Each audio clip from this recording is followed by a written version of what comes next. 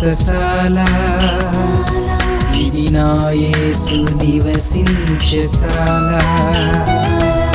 సిలువలో మరణించాడు. మరణానికి వెళ్ళేటప్పుడు ఏం చేశాడు చెప్పండి?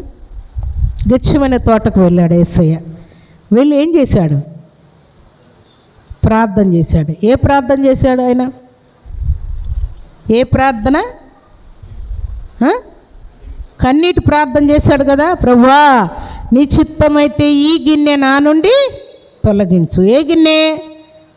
సిలువ అనేటువంటి గిన్నె. నీకు ఇష్టమైతే ఈ గిన్నె నా నుండి తొలగించు, అయినను నా ఇష్టము కాదు నీ చిత్తమే సిద్ధించునుగాక అని ప్రార్థన చేశాడు. మన ప్రియరక్షకుడు కూడా కన్నీటి ప్రార్థన గెత్సేమనే తోటలో ప్రార్థన చేశాడు. ఆయన ప్రార్థన చేస్తూ కన్నీళ్ళు కార్చినప్పుడు ఆయన కన్నీళ్ళు ఆయన శరీరంలో నుండి చెమట కారుతూ ఉన్నప్పుడు చెమట అది రక్తం వలె మారిందంట. అంత ఆవేదనతో ఆయన ప్రార్థన చేశాడంట. అంత దుఃఖంతో ప్రార్థన చేశాడంట. దేవునికి స్తోత్రములు కలుగునుగాక, దేవునికి మహిమ కలుగునుగాక. ఆయన సిలువ మీదికి వచ్చి మన కోసం ఇంత గొప్ప బలియాగం చేసి ప్రాణాలు అర్పించి మనం క్షేమంగా ఉండుట కొరకు, మనము దేవుని రాజ్యానికి వారసులగుటకై, మనము దేవుని సొత్తై జీవించుటకు, మనము రోగం నుండి స్వస్థత పొందుటకు, కరువు నుండి తప్పించబట్టకు, నిందల అవమానములో తొలగిపోయి గొప్ప ఖ్యాతిని మంచి పేరును సంపాదించుటకు దేవుడు సిలువ మీద మన కోసం ప్రాణత్యాగం చేశాడు. దేవుడు ప్రాణత్యాగమే చేస్తే మనం దేవుని కోసం నిందలు భరించాలా భరించకూడదా? భరించాలి కదా. దేవుని కోసం త్యాగం చేసే వారంగా ఉండాలి. నేను చనిపోయినా పర్వాలేదని భక్తులు ఎలాగున ప్రాణత్యాగం చేసి దేవుని కోసం జీవించారో అలాగూ మనం కూడా ఏ పరిస్థితి వచ్చినా కూడా దేవుని కోసం నిలబడే వారంగా ఉండాలి. అందుకే భక్తులు ఏం చేశారు? దేవుడు సెలవు ఇవ్వగానే, అయ్యో ప్రాణం పెట్టినటువంటి దేవుడవైన నీవు నన్ను అడిగితే నేను నీకు ఇవ్వడం ఏంటయ్యా? అన్ని నువ్వు నాకు ఇచ్చావు కదా, ప్రాణమే పెట్టావు, ఇంకా నేనేమి ఇస్తాను? బ్రతికినంత కాలం నీ మాట ప్రకారం జీవించే కృప నాకు దయచేయ, నాకున్నవన్నీ కూడా నీవే కదయ్యా అని భక్తులు వారికి కలిగినటువంటి కుమారులను కుమార్తెలను, వారికి కలిగినటువంటి వెండిని బంగారమును, ఇళ్ళు పొలాలు స్థలాలు సమస్తము కూడా దేవునికి అప్పగించి ప్రాణత్యాగం చేసినటువంటి వారు ఎందరో ఉన్నారు ప్రియులారా. ఇంకా ఘోరమైనటువంటి గొడవలు, అల్లరులు, అశాంతి ఇవన్నీ కూడా దుర్దినాలకు సాదృశ్యం. సారము కలిగిన వారమైతే దేవుని కొరకు ఎంతటి త్యాగమైనా చేస్తాం. అమ్మో నా ఇల్లు ఎట్లా అన్నది లోతు భార్య. నిలబడిందా ఇల్లు? లేదు. ఇల్లు ఇల్లు ఇల్లు అనుకుంటే ఇల్లు కాదు, ఆమె ఉప్పు స్తంభం అయిపోయింది.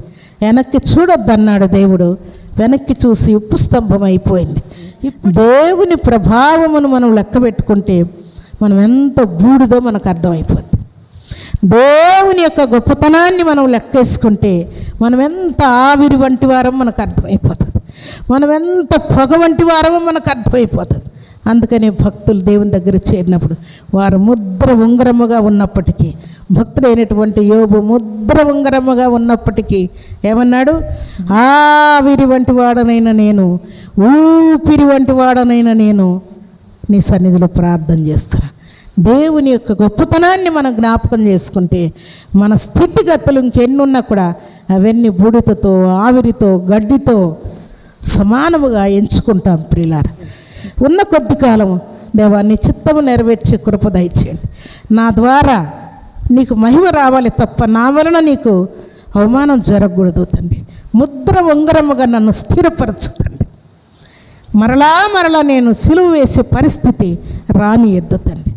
అయితే అవన్నీ కూడా నా దెబ్బలయ్యా, నా పాపమే, నా శాపమే, నా గర్వమే, నా అహంకారమే, నా గొడవలే, నా అల్లరులే. నేను తగ్గించుకోక, నేను లోపడకనే నా వలనే నీకు ఆ సిలువ మీద మహాయాతనయ్యా. మరలా నేను పాపం చేసి మరలా నిన్ను సిలువ వేసే పరిస్థితి చెయ్యనయ్యా, దయతో క్షమించు. ఆయన మాట ఎత్తగానే, ఆయన సిలువ ఎత్తగానే, ఆయన లేఖనం చదవగానే, ఆయన సత్యస్వార్త ప్రకటించగానే అనేకుల జీవితాల్లో ఇంకా మార్పు అనేటువంటి మొలక ఇప్పటికి కూడా మొలుస్తూనే ఉంది ప్రియులారా. దేవుని సన్నిధిలో చేరిన మనం కూడా దేవుని కొరకిట్టి త్యాగం కలిగి దేవుని గొప్పతనాన్ని జ్ఞాపకం చేసుకొని దేవుడు అంటూ ఉన్నాడు, నా మాట ప్రకారం మీరుండండి, మనుషుల వైపు చూడొద్దు, నా వైపు చూడండి, నేనేం చేస్తాను, ఆకాశపు వాకిళ్లను విప్పుతాను, పట్టజాలనంత విస్తారమైన ఆశీర్వాదాలు కుమ్మరిస్తానన్నాడు. ఎవరికి? వారికి. దేవుని కొరకు ఇల్లు, పొలాలు, స్థలాలు ఖాళీ చేసుకున్నటువంటి వారికి ఆకాశపు వాకిలి విప్పుతాను, పట్టజాలనంత దీవెనలు కుమ్మరిస్తాను, అప్పుడు ముద్ర ఉంగరముగా మిమ్మల్ని ఉంచుతానని దేవుడు వాగ్దానం చేస్తున్నాడు. దేవుని సన్నిధిలో చేరిన మనమందరం కూడా దేవుని మాటకు తల వంచితే, దేవునికి లోబడితే, దైవ చిత్తానికి మనము హృదయపూర్వకముగా కృతజ్ఞతాస్తుతులు చెల్లించే వారమైతే భయంతో వణుకుతో దేవుని సన్నిధిలో సాక్ష్యం పలుకుతాం. మీ జీవితాల్లో దేవుడు ఏం చేశాడో దేవుడు నాకు తెలియజేసిన మాట ప్రకారం ఎన్నడూ వినని చూడనటువంటి వింత సాక్ష్యాలు మీరు చెప్తారని దేవుడు నాతో మాట్లాడాడు. ఎన్నడూ చూడని విననటువంటి వింత కార్యాలు మీ జీవితాల్లో దేవుడు చేయబోతున్నానని మాట్లాడాడు. ఎందుకంటే మన దేవుడు సిలువ మీద మరణించి అలాగే మట్టికి మన్నైపోలేదు. ఏం చేయబడ్డాడు చెప్పండి? మూడవ దినాన సజీవుడై ఆయన తిరిగి లేచాడు. దేవునికి స్తోత్రములు కలుగునుగాక, దేవునికి మహిమ కలుగునుగాక. ఆ పునరుద్ధాన బలమును మనకు కూడా ఇవ్వబోతాడు ఆయన. శుక్రవారం ఎంత దుఃఖమో, పునరుద్ధాన దినం అంతా సంతోషం. పునరుద్ధాన దినము అంత ఘనమైనది. దేవుడే కాదు ప్రియులారా, మనందరి జీవితాల్లో దేవుడు పునరుద్ధాన దినాన్ని ఇవ్వబోతూ ఉన్నాడు. బలముతో కూడినటువంటి కార్యాలు దేవుడు చేయబోతూ ఉన్నాడు. విద్య, బుద్ధి, ఉద్యోగం, వివాహం, సంతానం, ఆయుష్, ఆయుర ఆరోగ్యం, అన్ని వింత కార్యాలు.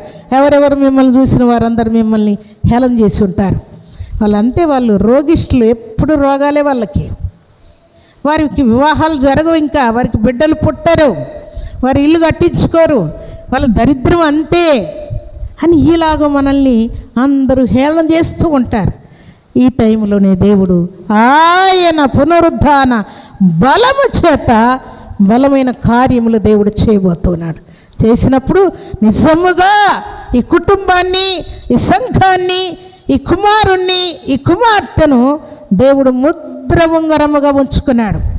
అందుకే ఘనమైనటువంటి కార్యాలు వారి జీవితాల్లో దేవుడు చేసి చూపించాడని అనేకులు ముక్కు మీద వేలేసుకునేటట్టుగా దేవుడు మిమ్మల్ని దీవించబోతూ ఉన్నాడు. ముద్ర ఉంగరముగా దేవుడు మిమ్మల్ని చేయబోతున్నాడు.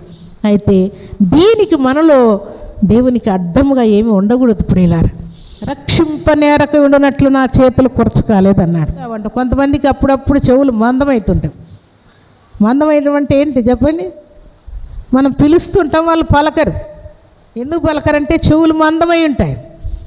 దేవుడు అంటున్నాడు, మీలాగా నాకు చెవులు మందం కావు, మీకు నాకు మధ్యన ఒక గోడ అడ్డం ఉంది, దాన్ని తొలగించుకోండి అంటాడు. ఏంటా గోడ? పాపపు గోడ. దాన్ని తొలగించుకుంటే మీ ప్రార్థన నేరుగా నా చెవులకు వచ్చేస్తుంది. మీ ప్రార్థన నా చెవి దగ్గరకు వచ్చినప్పుడు నా చెవులు ఏం మందంగా ఉండవు. మీరు అయ్యా కనికరించు, సహాయం చేయయ్యా, ఈ సమస్య నువ్వు తీర్చకపోతే సహాయం చేసేవారు ఎవరు లేరయ్యా అని మీరు చేయి చాపినప్పుడు నా చేతులు నేను చిన్నగా చేసుకోను అని దేవుడు అంటాడు. విననేరక ఉండునట్లు నా చెవులు మందం కాలేదు, రక్షింపనేరక ఉండునట్లు నా చేతులు కురచగాలేదని దేవుడు ఆజ్ఞాపించాడు. మీ ఆలోచనకు అందనంత ఎత్తైనటువంటి పర్వతము మీద మిమ్మల్ని ఉంచాలని దేవుడు ఆశపడుతున్నాడు. ఘనమైనటువంటి కార్యాలు మీ జీవితాల్లో చేసి ఆయన పునరుద్ధాన బలమును మీకు ఇవ్వాలని దేవుడు కోరుకుంటాడు. దేవుడు మరణాన్నే గెలిచి లేస్తే మన సమస్యలు ఎంత ప్రియులారా, మన ప్రాబ్లం ఎంత దేవునికి. మనకున్నటువంటి చిక్కు సమస్యలు ఎంతటివైనా సరే అవి ఎంత దేవుని దృష్టిలో.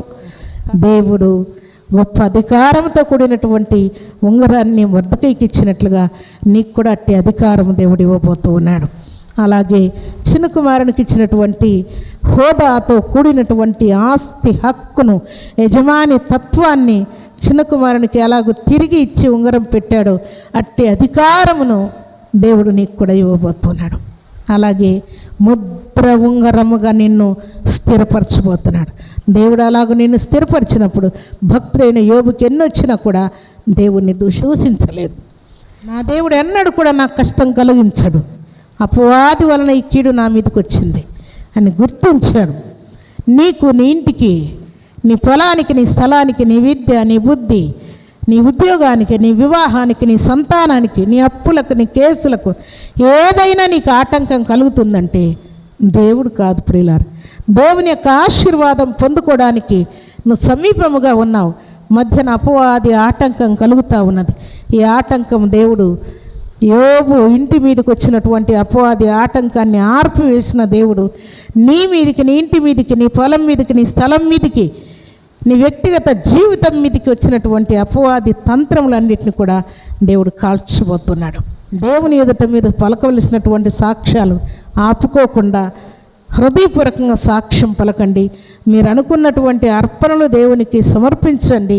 దేవుని యొక్క పునరుత్థాన బలాన్ని పరిశుద్ధాత్మ దేవుడు మిమ్మల్ని ప్రేరేపించిన కొలది మీరు ఆయన పునరుత్థాన బలాన్ని, రెండంతల ఆశీర్వాదాన్ని పొందుకొని ముద్ర ఉంగరముగా మీరు స్థిరపరచబడి దేవుని కొరకు ప్రత్యేకమైనటువంటి సొత్తుగా, సాక్షులుగా జీవించుదురుగాక.